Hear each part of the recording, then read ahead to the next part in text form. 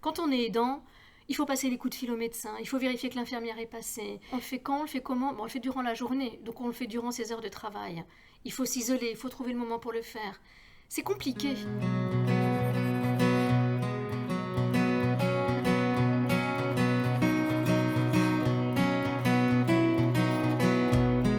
Pour beaucoup, la prise de conscience de se dire « je suis aidant » n'est pas évidente. Accompagnement de personnes âgées, accompagnement d'enfants. Et c'est ça qui est aussi finalement compliqué, c'est pour chacun et chacune de finalement se considérer comme étant aidant. En fait, je suis dans une situation d'aidant.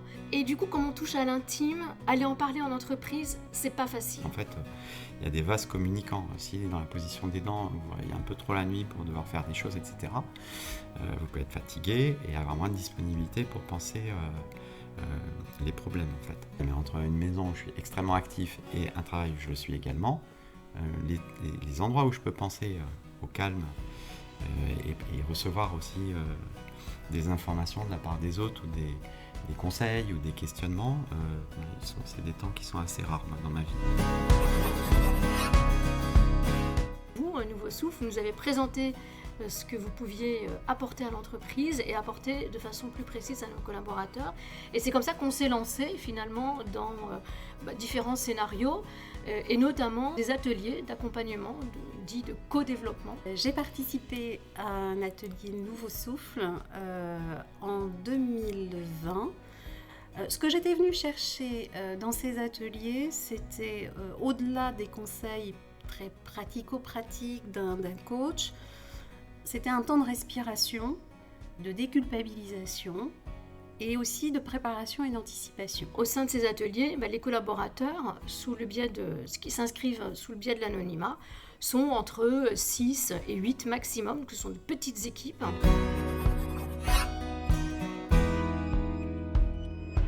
On se retrouve dans un groupe avec différentes personnes et on peut discuter des difficultés qu'on rencontre. Alors ça a de très nombreux bénéfices.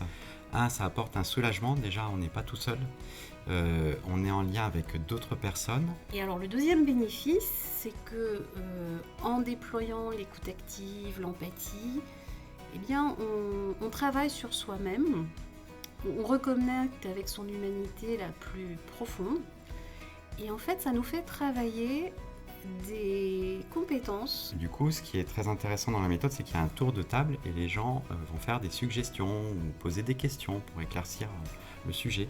Et ça, c'est quelque chose qui permet de clarifier les idées. C'est un espace pour penser, pour avoir des suggestions hors de soi et de son cadre habituel. Ça nous permet de penser plus en profondeur aussi ce qu'on peut faire concrètement pour vis-à-vis des personnes qu'on aide. Comment intervenir, comment agir de manière ultra concrète dans un temps limité. Ce que je retiendrai, c'est effectivement le fait d'avoir découvert de nouveaux collègues, mais aussi de savoir pouvoir compter sur une communauté bien vivante. Puis on nous dit qu'aujourd'hui les soft skills, c'est ce qu'il y a de plus important dans l'adaptabilité.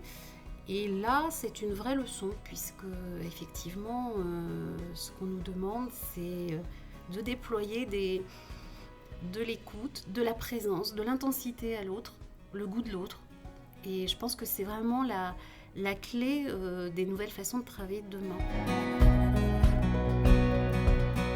Et donc à partir du moment où on s'est libéré de cette parole-là et on en a parlé, je pense que d'une part c'est beaucoup mieux vécu par le collaborateur lui-même et c'est beaucoup plus compris aussi par les collègues et le manager.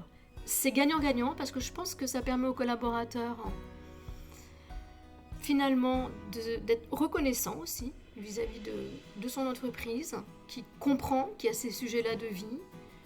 Je pense que c'est gagnant-gagnant parce que ça installe une confiance. Le fait de communiquer, parce qu'on fait des conférences, comme on en a fait avec vous, le fait d'inviter à vos ateliers et par ailleurs aussi de communiquer sur les autres offres de conseils que l'on propose au sein de Cardiff, permet aussi cette prise de conscience chez tous les collaborateurs de se dire « Ah, mais là en fait, je suis aidant, donc il faut que j'en profite, il faut que je profite de ces conseils, de ce que me donne, de ce que m'apporte et de ce que m'offre mon entreprise. Est-ce que ça va d'autant plus me permettre d'être plus serein, de me décharger en stress, de partager avec d'autres, de créer un réseau. Et moi, à titre personnel, j'ai tellement aimé redécouvrir ça qu'ensuite, je me suis plutôt portée volontaire pour des actions de mentoring où il fallait réexploiter ces compétences d'écoute,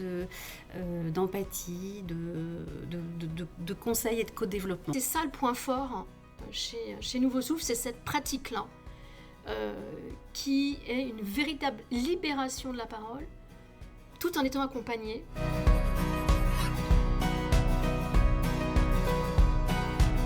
Il est important d'y participer.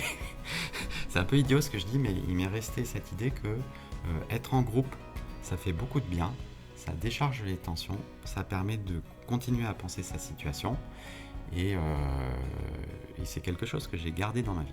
Ne surtout pas abandonner, ne pas lâcher, continuer avec vous, main dans la main, comme on le fait maintenant depuis 4 ans. On sait que ça marche, on sait que c'est bien, on sait qu'il y a des bénéfices, donc on va continuer.